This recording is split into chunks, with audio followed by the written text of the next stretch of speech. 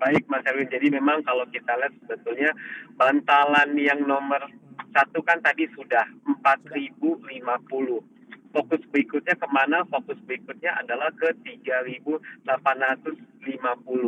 Nah, kalau misal kata memang bantalan kedua ini tembus juga, itu artinya berarti target berikutnya ada di 3.450 Mas Erwin. Nah, memang saat ini uh, kasus kali ini boleh kita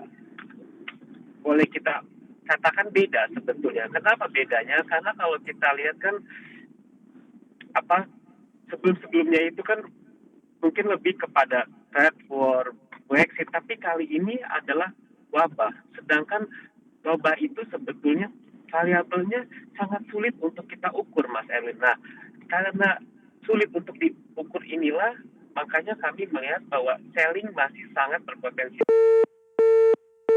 Ya, sayang sekali terputus hubungan telepon kami bersama Maximilianus Nicodemus. Kami akan masih meminta terus analisa dari beliau dan juga analis-analis yang lain karena tadi Mas Maksi sudah menetapkan bantalan-bantalan satu yang kedua. Bantalan pertama 4.050 tentu saja langsung ditinggalkan sudah lama ini ya. Kemudian bantalan kedua sekarang kita tinggal tunggu 3.850 karena sampai breakdown ke bawah jebol lagi bearisnya mungkin bisa jadi akan semakin mengurangi level yang ada secara poin dari IHSG kita. Sekarang di 4,02%.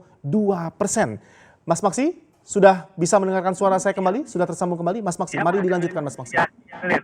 Oke, jadi memang kalau kita lihat sebetulnya bantalan ini kan pada akhirnya pun juga sudah tertembus juga Mas Erwin, yaitu di 4.050. Fokus berikutnya memang hal ini adalah 3.850, sehingga kami menilai bahwa kalau situasinya masih sama dengan pagi ini, kami melihat potensi yang cukup besar untuk menuju 3.850 Mas Erwin. Nah, memang kalau kita lihat situasinya kan saat ini beda dengan yang sebelum-sebelumnya. Beda dengan trade war, krisis. Ini adalah wabah yang sangat sulit untuk kita ukur sebetulnya kerusakannya.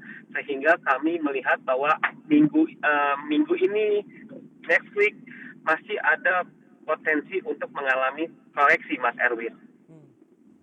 Tadi Mas Maksi mengatakan ini adalah era atau tren di mana cash in hand jauh lebih penting dan jauh lebih membuat market tenang. Ini juga berapa hari terakhir ini kita mulai pantau Mas, sepertinya nggak begitu banyak analis yang menyarankan untuk time to buy atau time to enter the market. Pergeserannya sedemikiankah cepat berlangsung lebih awal Mas bahwa it's not wise to enter the market. Karena kita juga sudah mulai jarang mendengarkan analis mengatakan time to enter the market. Ditambah Anda tadi menggunakan kalimat cash in hand is much wiser.